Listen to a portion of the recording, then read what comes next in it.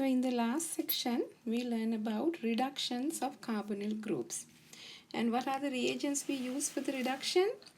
We use lithium aluminum hydride, we use sodium borohydride, and we also used diBAL-H, diisobutyl aluminum hydride, and some other reagents for the reduction. So we're going to continue our reduction reactions in this section as well. Normally, a reduction is when we are adding hydrogen atoms. A compound is reduced when hydrogen is added to it, and we use a reducing agent in order to do a reduction. Okay, so the hydrogen addition can be done in three ways. What are the three ways? We have already seen one way in the last section, which is addition of a hydride ion and a proton. That's what we did with the sodium borohydride, lithium aluminum hydride reduction.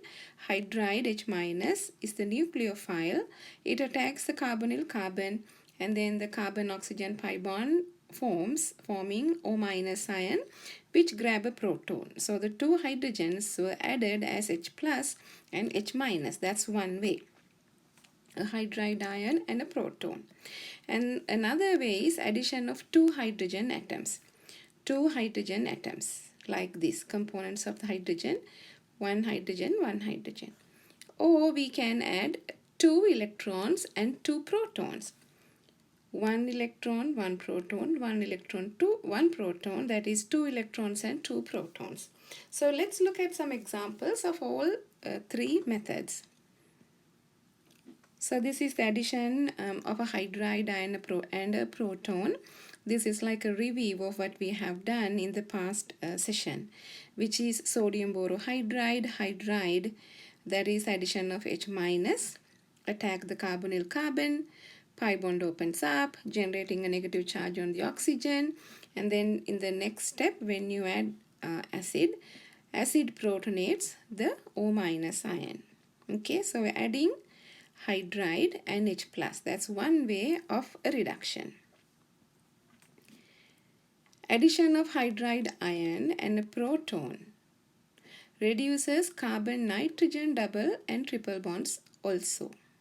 Okay, the same method, the sodium borohydride, earlier we had a carbon and an oxygen, but the same thing can happen with carbon nitrogen double bonds and carbon nitrogen triple bonds, because there is an electronegativity difference between the carbon and the nitrogen. Nitrogen is going to be more electronegative compared to the carbon, just like the oxygen. Okay, so the oxygen was a carbonyl group like that. So the hydride H minus attacks this carbon and opened up the bond. Similarly, H minus borohydride can attack this carbon and form a negative charge. Let's see what's the charge it's going to form on nitrogen, because there is a electronegativity difference.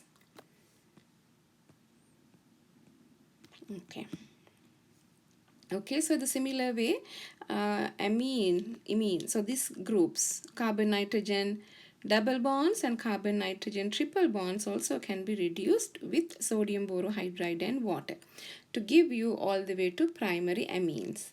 If this is an oxygen, it would make alcohol, but with the nitrogen, it would make amines. Okay, RCH2, NHCH3, this is a secondary amine and this is a primary amine. Addition of a hydride ion and a proton cannot reduce carbon-carbon double and triple bonds. Now here we have a carbon-carbon double bond, carbon-carbon triple bond. And in the earlier section, we saw carbon-nitrogen. This can be reduced. And then if you had a triple bond, this could be reduced. Okay. I had to put a positive charge. If I'm going to put one, okay, maybe this guy here. Instead, there's going to be a lone pair on here. Okay. Now, why sodium borohydride able to do reduction with carbon nitrogen double and triple? Because there is electronegativity difference, whereas carbon-carbon double bonds and triple bonds, there is no difference in electronegativity. None of the atoms have a partial positive charge in carbon-carbon and carbon-carbon triple bonds. So the compound will not react with hydride ion, H minus. So the reducing agents like sodium borohydride cannot reduce a carbon-carbon double low carbon-carbon triple bonds, but it can do with the carbon-nitrogen double and triple bonds. Okay. We use a different method. If you want to reduce double and triple bonds, we use catalytic hydrogenation reactions. You have come across these reactions in organic 1. You may remember that alkene and alkynes can be reduced or add hydrogen with catalytic hydrogenation like palladium carbon. Okay, carbon-carbon double and triple bonds will reduce to alkanes. Alkene will become alkane, alkyne will become alkene, fully saturated. Okay. Catalytic hydrogenation reduces carbon-nitrogen double and triple bonds also. Now these bonds, we were able to reduce these with sodium borohydride, and similarly we can use the catalytic hydrogenation, adding hydrogen molecule, 2 hydrogen atoms to carbon-nitrogen double and triple bonds also, and it would reduce all the way to secondary or primary amines. Okay, Raney-nickel is the preferred metal for reducing carbon-nitrogen triple bonds. It works well with Raney-nickel, so that's why for carbon-nitrogen triple bonds you can use this complex, Raney-nickel, in the presence of the hydrogen. Catalytic hydrogenation reduces carbon-oxygen double bonds. Now remember, when we had aldehydes and ketones, we were able to reduce these with sodium borohydride, reducing agents. And these hydrogen and Raney-nickel catalytic hydrogenation, so these are the methods for the catalytic hydrogenation. They also reduces aldehydes and ketones. So it is not only sodium borohydride will reduce these aldehydes and ketones, also Raney-nickel can reduce them to alcohols. Aldehyde will become a primary alcohol, a ketone will become a secondary alcohol. Again, the Raney-nickel is the preferred metal for reducing aldehydes and ketones. Raney-nickel is a special nickel metal. Normally, when you are doing halogenation, you may have learned this in organic 1, that the hydrogen molecules are embedded in the metal in one place, because hydrogen is a gas. So when with the metal, it would be easy to absorb to the metal, and then the hydrogen will add on to the double and the triple bonds. So these bonds. Okay. Another way that we can reduce a carbon-carbon triple bonds is using a metal reduction method. Metal reduction.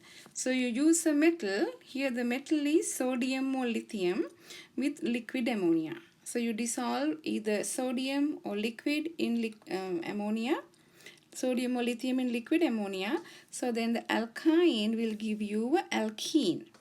And there is a specialty in this alkene, it gives you a trans alkene, trans 2-butene. Okay. And this is a method of addition of an electron, a proton, an electron, a proton. Okay, it involves electrons. So 2-butene to trans 2-butene, it gives you a trans alkene. What is the reagent if you want to get a trans alkene from alkyne? We use sodium or lithium in liquid ammonia. So those are some of the methods that we can reduce carbonyl compounds, carbon-nitrogen, carbon-nitrogen double and triple bonds, carbon-carbon double and triple bonds. Okay. Now the chemoselective reactions are, let's say you have a compound and you have 2 similar groups, but you only want to reduce one compound. So we call that as chemoselective reactions. We need to know what is the proper reagent we can use. Okay, the reagent reacts with only one functional group in preference to another. Now, for example, here we have two carbonyl group. The yellow one is a ketone carbonyl group, and then the purple one belongs to a ester functional group. If you use lithium aluminum hydride, it is a stronger reducing agent. Ester group and ketone carbonyl group both will be reduced to alcohols. But if you use sodium borohydride, which is a milder reducing agent compared to the lithium borohydride, and esters are less reactive compared to a ketone, so sodium borohydride would be able to reduce the ketone carbonyl group to alcohol, but nothing will happen to your ester functional group. So you see, we use one reagent to only reduce one functional group, which is a chemoselective reaction. Another one would be, here you have a double and a triple bond. Let's say you only want to reduce the triple bond. We want to keep the double bond, but if you use hydrogen and palladium, everything will be reduced. But if you use sodium or lithium in liquid ammonia, triple bond will only be reduced selectively to give you a trans alkene.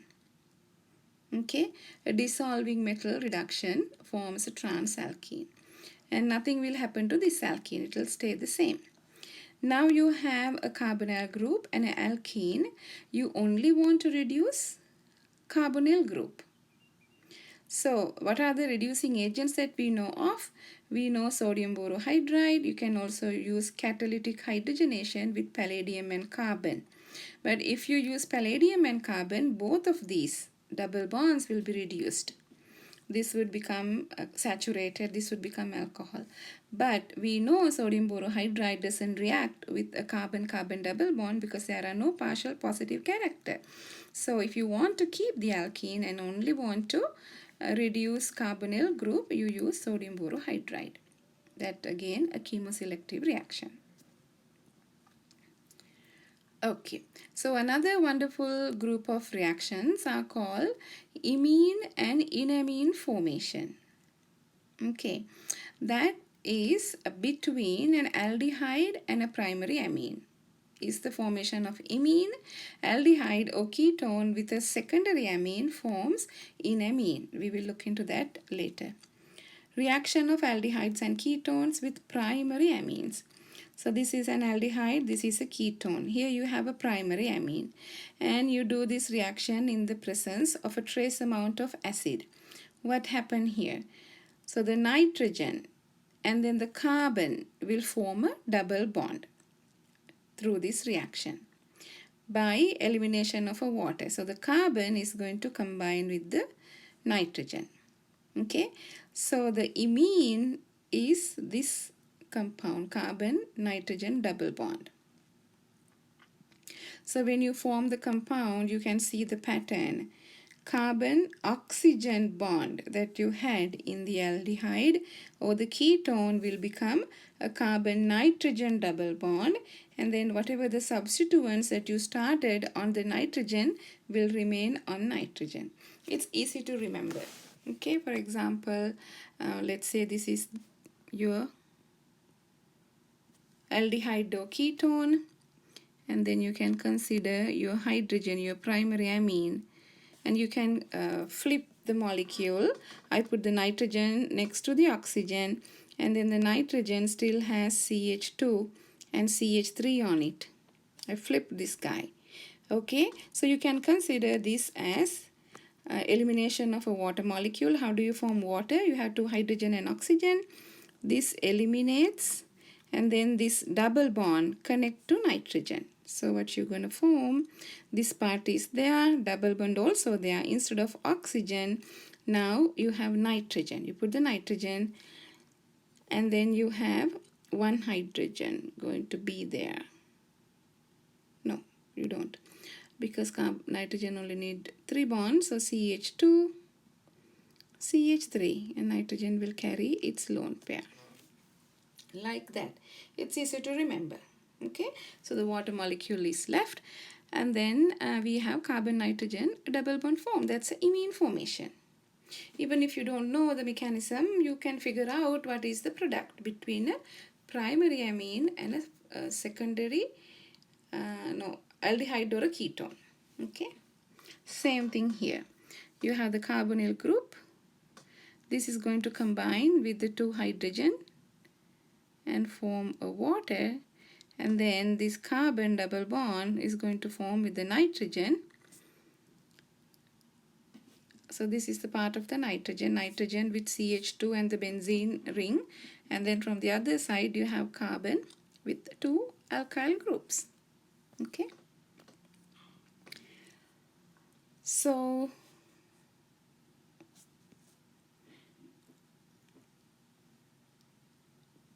so this example shows you bonding in an imine. So you see here imine has a carbon double bonded nitrogen. Carbon double bond nitrogen. And then you can have another bond, and then the nitrogen has a lone pair. Carbon can have substituents. Now if you remember the carbonyl group, so carbonyl group is like that. So there are similarities between the carbon-nitrogen double bond and carbon-oxygen double bond. Okay, so in this one you can see, so what is the hybridization of this molecule, that atom? What is the hybridization of the carbon? sp2. There are 3 electron groups, so that is sp2. What about the nitrogen? What is the hybridization of nitrogen? How many groups are on nitrogen electron groups? There are 3 electron groups. Lone pair considered 1, sigma bond, 1 single bond considered 1, double bond also considered 1. So that's also sp2. Same thing. Carbon here also sp2, and oxygen also 3 electron groups sp2. Okay, so you can see in the, and then we have a pi bond. So this pi bond, how do we form a pi bond? Pi bond is being formed by the lateral overlap of the p electrons. So the p electrons are going to be perpendicular to the plane of the sp2 plane.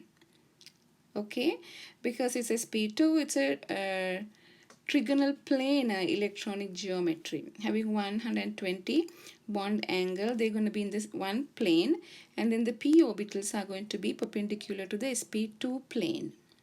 Okay, you can see here. So there are similarities between the carbon nitrogen and carbon oxygen bonds. sp2. So in this is your carbon, this is your nitrogen. So between the two sp2 orbitals, carbon nitrogen, sigma bond is being formed, and then between the nitrogen sp2 orbital and one of the substituents on the nitrogen sp2 orbital form another sigma bond, and then the lone pair is going to be on another sp2 hybrid orbital. So this is another sp2. So here also in the oxygen, lone pair on sp2. So this is between sp2 overlap. This is also sp2 overlap, and this is the other bond on the carbon. So this is also sp2 overlap. From one coming from the carbon, one come from this carbon, and one come from this carbon. So the end-to-end overlap form the sigma bond. So there are 3 sigma bonds, 3 sigma bonds. Now this is not a sigma bond, but it is in the sp2 hybrid orbital. And here the purple ones, this is one of your p orbital, this is one of your p orbital carrying 1 electron each. They laterally overlap to form the pi bond between the carbon and nitrogen. So the pi bond is formed by side to side overlap of the p orbital of carbon with the p orbital of nitrogen. The pi bond is perpendicular to the orange orbitals. So you can see there are similarities between the carbon oxygen carbonyl group and then the carbon nitrogen imine group. So carbon nitrogen's imine group also can act similar to a carbon oxygen carbonyl double bond. okay, since they have the same hybridization. Forming imine derivatives. Now this one, it is a primary amine NH2, but the other group also NH2, not any carbons. So we call this as a special name hydrazine.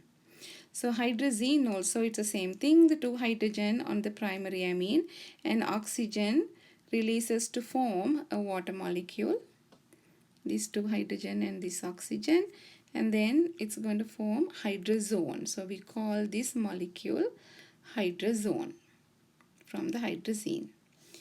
Imine formation replaces carbon oxygen double bond with carbon nitrogen double bond. And this is the mechanism for imine formation. Again, we are starting with aldehyde or a ketone, carbon oxygen carbonyl group, and we learn this carbon is partially positive, this is negative. So the nitrogen lone pair act as a nucleophile and adds to the carbonyl carbon. Again, when it adds, you know what's going to happen next. So the carbon oxygen pi bond breaks, gives its 2 electrons to the oxygen and become a negatively charged oxygen. So as soon as it is formed, because this reaction is happening in the acidic medium, oxygen will go and grab a hydrogen from the acidic medium. It could be a hydronium ion. So this is the counter ion of the protonated hydrogen acid, okay, protonated acid, hydronium ion. So the oxygen grab the hydrogen. So the boron, not the boron, the B plus is the base part of the acid conjugate base releases, okay. And now the hydrogen, there is one hydrogen on nitrogen, making it a positive charge. So the base, the conjugate base of the acid comes and takes the hydrogen. So the nitrogen now will become neutral with the lone pair on it. Now we have a tetrahedral intermediate with 4 groups, 1, 2, 3, 4. And now this become unstable. Okay, we call it as a carbinolamine. And it is going to grab a proton. Oxygen is going to grab a proton from the acidic medium and become a protonated alcohol now. Okay, so once the protonated alcohol is formed, the lone pair of the nitrogen pushes to the bond between carbon nitrogen sigma bond to make a new pi bond and leave the water molecule. Okay, now you can see all of these steps are reversible. So once it happen, this can go backwards.